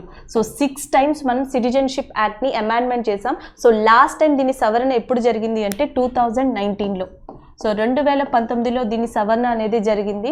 సో భారతదేశంలోకి ఎవరైతే పాకిస్తాన్, ఆఫ్ఘనిస్తాన్ ఈ ఏరియాస్ నుంచి ఎవరైతే వస్తారో ముస్లిమ్స్ కాకుండా మిగతా రిలీజియన్స్ లైక్ హిందూస్ కానీ, బుద్ధిజం పీపుల్ కానీ, జైనిజం పీపుల్ కానీ సో వీళ్ళందరికీ వాళ్ళ గురించి ఈ సిటిజన్షిప్లో కొన్ని మార్పులు చేయడం జరిగింది. సో దానికి సంబంధించిందే సిటిజన్షిప్ అమెండ్మెంట్ బిల్ 2019, 6 సార్లు సవరణ చేశారు. So the next one next వచ్చేసి మనకి who is the 8th secretary general of UNO. So 8th secretary జనరల్గా ఎవరు ఉన్నారు అని అడిగారు. So Ban Ki Moon. So ఈయన ఇప్పుడు చేంజ్ అయ్యారు. సో 8th సెక్రటరీ, అంతకు ముందర ఉన్నది ఎవరు అంటే బాన్ కీ మూన్. సో ఇప్పుడు గుటారెస్ ఎవరైతే ఉన్నారో సో ఆయన ఇప్పుడు ప్రజెంట్ యుఎన్ఓ సెక్రటరీ జనరల్గా ఉన్నారు. So the next one, next వచ్చేసి మనకి పెప్సిన్ అనే ఎంజైమ్ ఏ భాగంలో ఉంటుంది, మానవుని యొక్క ఏ భాగంలో పెప్సిన్ అనే ఎంజైమ్ ఉంటుంది అని అడిగారు. సో మనకి ఇక్కడ ఆన్సర్ వచ్చేసి స్టమక్. సో ఇది ఒక న్యూ క్వశ్చన్ అని చెప్పొచ్చు. నార్మల్గా ప్రీవియస్ క్వశ్చన్స్లో ఏంటంటే మనకి విటమిన్స్ గురించి, విటమిన్స్ డెఫిషియన్సీస్ గురించి, సో ఇలాంటి వాటి గురించి అడిగారు. సో ఇప్పుడు స్టార్ట్ అయింది ఈ షిఫ్ట్ నుంచి ఎంజైమ్స్ గురించి అడగడం. సో పెప్సిన్ అనే ఎంజైమ్ గురించి ఈ షిఫ్ట్లో అడగడం జరిగింది. So the next one, next వచ్చేసి మనకి ట్రా యొక్క ఫుల్ ఫామ్ ఏంటి అని అడిగారు. సో ట్రా యొక్క ఫుల్ ఫామ్ వచ్చేసి telecom regularity authority of India. So telecom regularity authority of India అనేది ట్రా యొక్క ఫుల్ ఫామ్. సో దీని యొక్క హెడ్గా ఎవరు ఉన్నారు అంటే పిడి వాఘేలా. సో పిడి వాఘేలా ఎవరైతే ఉన్నారో సో ఆయన ఇప్పుడు ప్రజెంట్ హెడ్గా ఉన్నారు ట్రాయ్కి. సో దీని హెడ్ క్వార్టర్స్ ఎక్కడ ఉంది అని అడిగితే హెడ్ క్వార్టర్స్ వచ్చేసి మనకి ఢిల్లీలో ఉంది అని చెప్పొచ్చు. So the next one, next వచ్చేసి first Nobel prize in literature. So Nobel prize ఎవరికి వచ్చింది అని అడుగుతున్నారు. సో సులి ప్రోందెమే. సో సులి ప్రోందెమే ఎవరైతే ఉన్నారో సో ఈయనకి సాహిత్యంలో నోబెల్లో ఫస్ట్ బహుమతి లిటరేచర్ అవార్డులో వచ్చింది. సో అట్లనే ఇండియాలో ఫస్ట్ లిటరేచర్ బహుమతి ఎవరికి వచ్చింది, నోబెల్ బహుమతి ఎవరికి వచ్చింది అంటే రవీంద్రనాథ్ ఠాగూర్. సో రవీంద్రనాథ్ ఠాగూర్కి సో 1913లో ఆయన రాసిన గీతాంజలి ఏదైతే బుక్ ఉందో సో గీతాంజలి అనే బుక్ ఎప్పుడు పబ్లిష్ అయింది అంటే 1912లో అయింది. సో 1913లో రవీంద్రనాథ్ ఠాగూర్కి భారతదేశం తరపున మొట్టమొదటిగా సాహిత్య రంగంలో నోబెల్ బహుమతి అందుకున్న వ్యక్తిగా ఈయన చెప్పొచ్చు. So the next one, next వచ్చేసి మనకి సిఎస్ఎస్ యొక్క ఫుల్ ఫామ్ ఏంటి అని అడిగారు. సో ఈ షిఫ్ట్లో మనకి దాదాపుగా 3 ఫుల్ ఫామ్స్, 3 అబ్రివేషన్స్ గురించి అడగడం జరిగింది. ఒకటి వచ్చేసి ఇక్కడ సిఎస్ఎస్ అని అడుగుతున్నారు, cascading style sheet. So cascading style sheet అనేది అబ్రివేషన్ ఆఫ్ సిఎస్ఎస్. సో ఇప్పుడు క్వశ్చన్ వచ్చి మనకి ఐఎంఎఫ్ టోటల్ మెంబర్స్ ఎంత అని అడిగారు. సో ఇంటర్నేషనల్ మానిటరీ ఫండ్ అంటాం. సో ఐఎంఎఫ్ యొక్క టోటల్ సభ్యులు ఎంతమంది అంటే 190 అనేది ఇప్పుడు ప్రజెంట్ ఉన్న సభ్యుల సంఖ్య. సో ప్రీవియస్గా యాక్చువల్గా మనకి 189 ఉన్నారు. సో కొత్తగా ఆండోరా, సో ఆండోరా కంట్రీ ఏదైతే ఉందో ఇది జాయిన్ అవ్వడం వల్ల ఆండోరా country newly join in IMF. So టోటల్గా ఇప్పుడున్న మెంబర్స్ ఎంత అంటే 190. సో అట్లానే head quarters of IMF. So IMF యొక్క హెడ్ క్వార్టర్స్ ఏది అంటే వాషింగ్టన్ DC. సో అట్లానే ఐఎంఎఫ్ యొక్క మెయిన్ ఇప్పుడు డైరెక్టర్గా ఎవరు ఉన్నారు అని అడిగితే క్రిస్టలీనా జార్జియోవా. సో క్రిస్టలీనా జార్జియోవా. సో ప్రజెంట్ ఈమె ఐఎంఎఫ్కి డైరెక్టర్గా ఉన్నారు. సో ఇవి నెక్స్ట్ మేబీ ఆల్రెడీ మనకి 190 మెంబర్స్ అడిగుండే హెడ్ క్వార్టర్స్ కూడా. సో UN, UNICEF, సో ఇలాంటి హెడ్ క్వార్టర్స్ అనేవి కూడా చాలా చాలా important. So the next one, next వచ్చేటప్పటికి which country is not a permanent member of the UN security council. So అక్కడ ఎగ్జామ్లో ఇచ్చిన ఆప్షన్స్ ప్రకారం USA, UK, China, France, Russia. So మనకి ఈ 5 కూడా UN సెక్యూరిటీ ఏవైతే ఉందో దాంట్లో శాశ్వత మెంబర్స్ సెక్యూరిటీ కౌన్సిల్లో. సో దీంట్లో 3 ఆప్షన్స్ వచ్చేసి US, UK, చైనా ఇచ్చి ఉండొచ్చు, ఒక ఆప్షన్ వచ్చి ఇండియా ఇచ్చి ఉండొచ్చు. సో వాళ్ళు ఏమని అడుగుతున్నారంటే which country is not a permanent member of the security council. So అక్కడ ఆన్సర్ వచ్చేసి India. So the next one, next వచ్చేసి blood donor day. So blood donor day అనేది ఏ రోజున సెలబ్రేట్ చేసుకుంటున్నాం అంటున్నారు. ఆన్సర్ వచ్చేసి మనకి 14th జూన్. సో 14th జూన్న బ్లడ్ డోనర్ డే అనేది సెలబ్రేట్ చేసుకుంటున్నాం. So the next one, next వచ్చేసి ఫోర్స్ SI యూనిట్. సో ఫోర్స్ యొక్క SI యూనిట్ ఏంటి అని అడిగారు. సో ఆన్సర్ వచ్చేసి మనకి న్యూటన్. సో మనకి స్పీడ్ కానీ వెలాసిటీ కానీ acceleration due to gravity so ఏవైతే ఉన్నాయో వీటన్నిటికీ కూడా మనకి గురుత్వత్వరణ వేగం అంటాం. సో ఇలాంటివి ఏవైతే ఉంటాయో వాటి యొక్క ఫార్ములాస్ మనకి G తీసుకున్నాం అనుకోండి, acceleration due to gravity value 9.8 అయితే మీటర్/సెకండ్ స్క్వేరా. సో ఇలాంటి క్వశ్చన్స్ వస్తూ ఉంటాయి. సో ఒక వస్తువు వేగంగా పైకి వెళ్తే సో దాని నెక్స్ట్ వచ్చేటప్పుడు గురుత్వత్వరణ వేగం ఎంత, 9.8 ప్లస్సా లేకపోతే -9.8. సో ఇలాంటి క్వశ్చన్స్ కూడా అడిగే ఛాన్సెస్ ఉన్నాయి. యాక్సలరేషన్ అంటాం. సో యాక్సలరేషన్ కానీ లేకపోతే రిటార్డేషన్ అంటాం. సో రిటార్డేషన్ మీద కానీ ఇలాంటి వాటి మీద కూడా క్వశ్చన్స్ అడిగే ఛాన్సెస్ ఎక్కువ ఉన్నాయి. సో ఇప్పటి వరకు ఫిజిక్స్కి సంబంధించి యూనిట్స్ అంటే మనకి లైట్ అంటాం, లైట్కి సంబంధించిన క్వశ్చన్స్ వచ్చాయి. కాన్వెక్స్, కాన్కేవ్, కుంభాకార దర్పణం, పుటాకార దర్పణం అంటాం. సో వాటి గురించి వచ్చిన క్వశ్చన్స్ వచ్చాయి తప్ప సో మిగిలిన చాప్టర్స్ నుంచి అంతగా క్వశ్చన్స్ ఇప్పటి వరకు జరిగిన షిఫ్ట్స్లో ఇవ్వలేదు. సో నెక్స్ట్ వచ్చేసి where is information stored in neutrons. So మనకి న్యూరాన్లో సమాచారం ఎక్కడ నిల్వ చేయబడుతుంది అని అడిగారు. సో ఆన్సర్ వచ్చేసి మనకి సినాప్స్. సో సినాప్స్లో న్యూరాన్ యొక్క సమాచారం అనేది నిల్వ చేయబడుతుంది. సో ద నెక్స్ట్ వచ్చేసి మనకి Tamil Nadu new year celebrated on. So Tamil Nadu యొక్క కొత్త సంవత్సరం జనరల్గా ప్రతి స్టేట్కి కూడా ఎస్పెషల్లీ సౌత్ ఇండియాలో ప్రతి స్టేట్కి ఒక న్యూ ఇయర్ అనేది, ఇప్పుడు ఆంధ్రప్రదేశ్ తీసుకుంటే ఉగాది అంటున్నాం, కేరళ తీసుకుంటే ఓణం అంటాం. సో అట్లానే తమిళనాడుకి న్యూ ఇయర్ అనేది ఎప్పుడు సెలబ్రేట్ చేసుకుంటారు వాళ్ళ క్యాలెండర్ ప్రకారం అనుకుంటే April 14. సో April 14న తమిళనాడు క్యాలెండర్ ప్రకారం సో వాళ్ళు కొత్త సంవత్సరం అనేది జరుపుకోవడం జరుగుతుంది. సో ద నెక్స్ట్ వచ్చేసి where colonial rule was first established in India. అసలు భారతదేశంలో మొట్టమొదటి వలస రాజ్యాల స్థాపన ఎక్కడ జరిగింది అని అడిగారు. సో ఆన్సర్ వచ్చేసి మనకి బెంగాల్. సో బెంగాల్లో భారతదేశం యొక్క మొట్టమొదటి వలస రాజ్య స్థాపన అనేది జరిగింది. Next who is the winner of the FIFA world cup 2018. So FIFA ప్రపంచ కప్ 2018లో విన్నర్ ఎవరని అడిగారు. సో ఇక్కడ ఆన్సర్ వచ్చేసి France. So next again we are getting full form. FTP యొక్క ఫుల్ ఫామ్ ఏంటి అన్నారు. సో ఎఫ్టీపీ వచ్చేసి మనకి ఫైల్ ట్రాన్స్ఫర్ ప్రోటోకాల్. సో ఇక్కడ ఎఫ్టీపీ అంటే ఫైల్ ట్రాన్స్ఫర్ ప్రోటోకాల్. సో ఇంకొకటి వచ్చేసి సిఏఏ అడిగారు. So citizenship amendment act. So ఇట్లా 2 to 3 ఫుల్ ఫామ్స్ అనేవి అడగడం జరిగింది. సో ఈ ఫుల్ ఫామ్స్ అనేవి ఎయిదర్ కంప్యూటర్ రిలేటెడ్ అవుతున్నాయి, జనరల్గా డైలీ లైఫ్లో మనం యూజ్ చేసే కొన్ని టర్మ్స్ ఉంటున్నాయి, కొన్నేమో ఇట్లా టెక్నాలజీకి సంబంధించినవి కూడా ఉంటున్నాయి. నెక్స్ట్ వచ్చేసి what is the oldest dam in India. So భారతదేశంలో one of the oldest dam ఏది అని అడిగారు. Kallanai dam. So Kallanai dam ఏదైతే ఉందో సో ఇది oldest dam in India. So ఇది ఏ రివర్ మీద కట్టారు అంటే కావేరీ. సో కావేరీ రివర్ మీద కట్టిన కలనాయ్ డ్యామ్ ఏదైతే ఉందో ఇది భారతదేశంలో oldest dam. So it is located in Tamil Nadu. So ఇది మనకి తమిళనాడులో ఉంది. సో అట్లానే మనకి ఇండియాలో లాంగెస్ట్ డ్యామ్ అడుగుతారు. So longest dam in India వచ్చేసి మనకి హిరాకుడ్.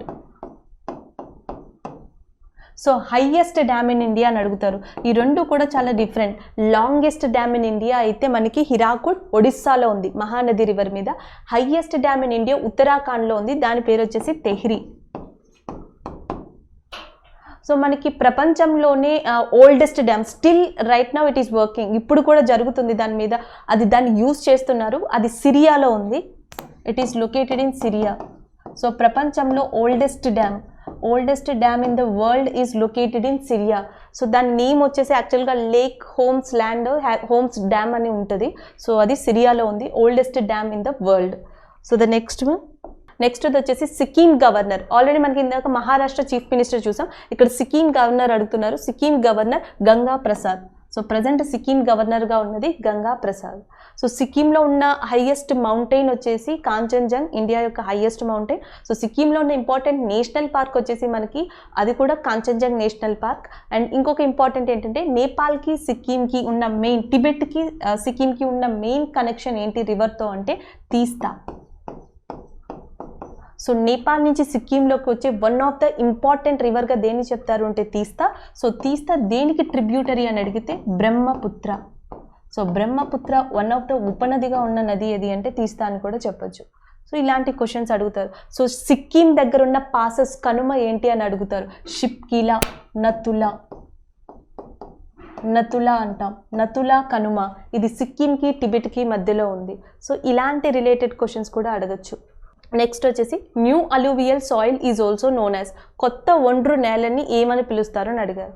అసలు మనకి భారతదేశంలో అత్యధికంగా ఉండే సాయిల్ ఏది అంటే అలూవియల్, ఒండ్రు మట్టి లేదా ఒండ్రు నేలలు అంటాం. ఇవి భారతదేశంలో అత్యధికంగా ఉంటాయి. సో అసలు ఇండియాలో టోటల్గా ఉన్న సాయిల్స్ ఏంటంటే 8. సో వీటిలో హైయెస్ట్ సాయిల్ వచ్చి అలూవియల్. అయితే మనకి ఈ అలూవియల్ సాయిల్ ఏదైతే ఉంటుందో సో జనరల్గా ఈ అలూవియల్ సాయిల్ అనేది నదుల వల్ల అంటే రివర్స్ వల్ల ఫామ్ అయింది. సో నదులతో కొట్టుకోబడి వచ్చిన ఏదైతే సాయిల్ ఉందో సో దాన్ని ముఖ్యంగా మనం ఒండ్రు మట్టి అంటున్నాం, అలూవియల్ సాయిల్. సో ఇక్కడ ఏదైతే ఫామ్ అయిందో ఓల్డెస్ట్ లేయర్స్, ఈ ఓల్డ్ లేయర్స్ని మనం సో పాత ఒండ్రు మట్టి లేదా ఓల్డ్ అలూవియల్ సాయిల్ అంటాం. ఓల్డ్ అలూవియల్ సాయిల్ని ఇండియాలో ఏమని పిలుస్తారంటే బాంగర్. సో న్యూ అలూవియల్ సాయిల్ని ఇండియాలో ఏమని పిలుస్తారు అంటే కాదర్. ఈ రెండు ఏదో ఒక ఎగ్జామ్లో ఎప్పుడు రిపీట్ అవుతూనే ఉంటాయి. ఒకటి మేబీ రెండు ఒకేసారి అడగచ్చు లేదా ఆపోజిట్ వేలో అడగచ్చు. న్యూ వచ్చేసి కాదర్ అండ్ ఓల్డ్ వచ్చేసి బాంగర్. భారతదేశంలో అత్యధికంగా అంటే అలూవియల్ సాయిల్. అసలు భారతదేశంలోనే మనకి అత్యంత సారవంతమైన మైదానం అంటాం. సో మనకి మోస్ట్ ఫర్టైల్ ప్లెయిన్స్ ఇన్ ఇండియాగా దేన్ని పిలుస్తారు అంటే Indo Gangetic plains. Indo Gangetic plains Sindhu Ganga మైదాన ప్రాంతం. సో ఇండో గ్యాంజెటిక్ ప్లెయిన్స్ అనేవి భారతదేశంలోనే అత్యంత సారవంతమైన మైదానాలుగా చెప్పొచ్చు.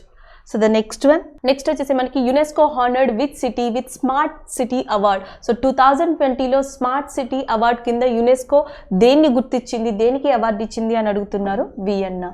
సో అట్లానే మనకి యునెస్కో వరల్డ్ హెరిటేజ్ సైట్స్ గురించి కూడా అడిగారు. సో ఇండియాలో ఎన్ని యునెస్కో వరల్డ్ హెరిటేజ్ సైట్స్ ఉన్నాయి, సో ప్రపంచంలో యునెస్కో వరల్డ్ హెరిటేజ్ సైట్స్ ఎన్ని ఉన్నాయి, సో ఇలాంటి క్వశ్చన్స్ కూడా అడగడం జరిగింది.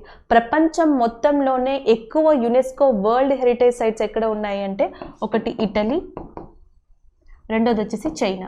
సో ఈ రెండు కంట్రీస్లో ఈక్వల్గా ఉన్నాయి టాప్ కంట్రీస్. సో ఎక్కువ యునెస్కో వరల్డ్ హెరిటేజ్ సైట్స్ ఉన్నవి. సో ఎన్ని ఉన్నాయంటే 55 ఈచ్. సో ఇటలీకి సంబంధించి 55, చైనాకి సంబంధించిన 55. సో ఇవి వరల్డ్ హెరిటేజ్ సైట్స్గా సో టాప్ ప్లేస్లో ఉన్నాయి. ఆల్రెడీ యునెస్కో సంబంధించి హెడ్ క్వార్టర్స్ అడిగారు అండ్ ఎన్ని వరల్డ్ హెరిటేజ్ సైట్స్ ఉన్నాయని అడిగారు. ఇండియాకి సంబంధించి కూడా అడిగారు కాబట్టి నెక్స్ట్ ఏమన్నా అడిగితే ఇలాంటి క్వశ్చన్స్ అడిగే ఛాన్సెస్ ఉన్నాయి. సో ద నెక్స్ట్ వచ్చేసి మనకి Newton's first law is also known as. So జనరల్గా మనకి న్యూటన్కి సంబంధించి 3 లాస్ ఉంటాయి. ఒకటి లా ఆఫ్ ఇనర్షియా అంటున్నాం, ఇంకొకటి న్యూటన్స్ సెకండ్ లా అంటాం, ఇంకొకటి న్యూటన్స్ థర్డ్ లా అంటాం. సో ఇక్కడ న్యూటన్స్ లా ఆఫ్ ఫస్ట్ లాని ఏమని పిలుస్తారు అని అడిగారు. So Newton's first law is also known as law of inertia.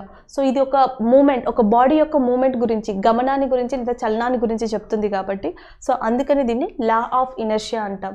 So ఒక వస్తువు అనేది మనం బలం ప్రయోగించినంత వరకు, మనం పుష్ చేయనంత వరకు అది పర్టిక్యులర్గా రెస్ట్ ఆఫ్ ద పొజిషన్లో ఉంటే రెస్ట్ ఆఫ్ ద పొజిషన్లోనే ఉంటుంది. సో మూమెంటంలో ఉంటుంది, మూమెంటంలోనే ఉంటుంది until or unless you are applying external force on the particular object, either it is in rest or it is in moment. So దాన్నే మనం ఏమంటున్నామంటే law of inertia or Newton's first law అంటున్నాం. అట్లానే Newton's law of gravitation అంటాం. So దాని formula చూసుకోండి, F = G × m1 m2/r². So దీంట్లో r² refers to, m refers to, g value అంతా 6.635 × 10⁻⁻11 6.635 × 10⁻⁻11 newton metre square per KG square. So ఒక్కసారి దీన్ని cross check చేసుకోండి, ఈ వాల్యూ కరెక్టో కదా. 6.635 × 10⁻⁻11 newton metre square for KG square. So ఇలాంటి క్వశ్చన్స్ కూడా అడిగే ఛాన్సెస్ ఉన్నాయి. లేకపోతే Newton's law of gravitation, law of cooling అంటాం. సో ఏ వస్తువు త్వరగా చల్లబడుతుంది, సో కంపేర్ చేస్తే సరౌండింగ్స్తో కంపేర్ చేస్తే Newton's law of gravitation, law of cooling. Paper టఫెస్ట్గా వచ్చిందంటే దాంట్లో ఫిజిక్స్ క్వశ్చన్స్ ఎట్లా ఎక్స్పెక్ట్ చేయొచ్చు అంటే న్యూటన్స్కి సంబంధించిన అప్లికేషన్స్, న్యూటన్స్ థర్డ్ లా మీద కానీ, లా ఆఫ్ కూలింగ్ మీద కానీ, లా ఆఫ్ గ్రావిటేషన్ మీద కానీ, పాస్కల్స్ లా మీద కానీ, సో టఫెస్ట్ దాంట్లో అలాంటి క్వశ్చన్స్ వస్తాయి. సో మోడరేట్గా ఉంది అంటే మేబీ ఫార్ములాస్ అడిగే ఛాన్సెస్ ఉంటాయి, హీట్, లైట్ వీటి మీద. సో పేపర్ ఈజీగా ఉందంటే యూనిట్స్ మీద అడిగే ఛాన్సెస్ ఎక్కువ ఉంటాయి. సో నెక్స్ట్ వచ్చేసి state reorganisation act was passed in. So రాష్ట్రాల పునర్వ్యవస్థీకరణ చట్టం ఏ సంవత్సరంలో ఆమోదించబడింది అని అడిగారు. సో ఆన్సర్ వచ్చేసి 1956. సో 1956.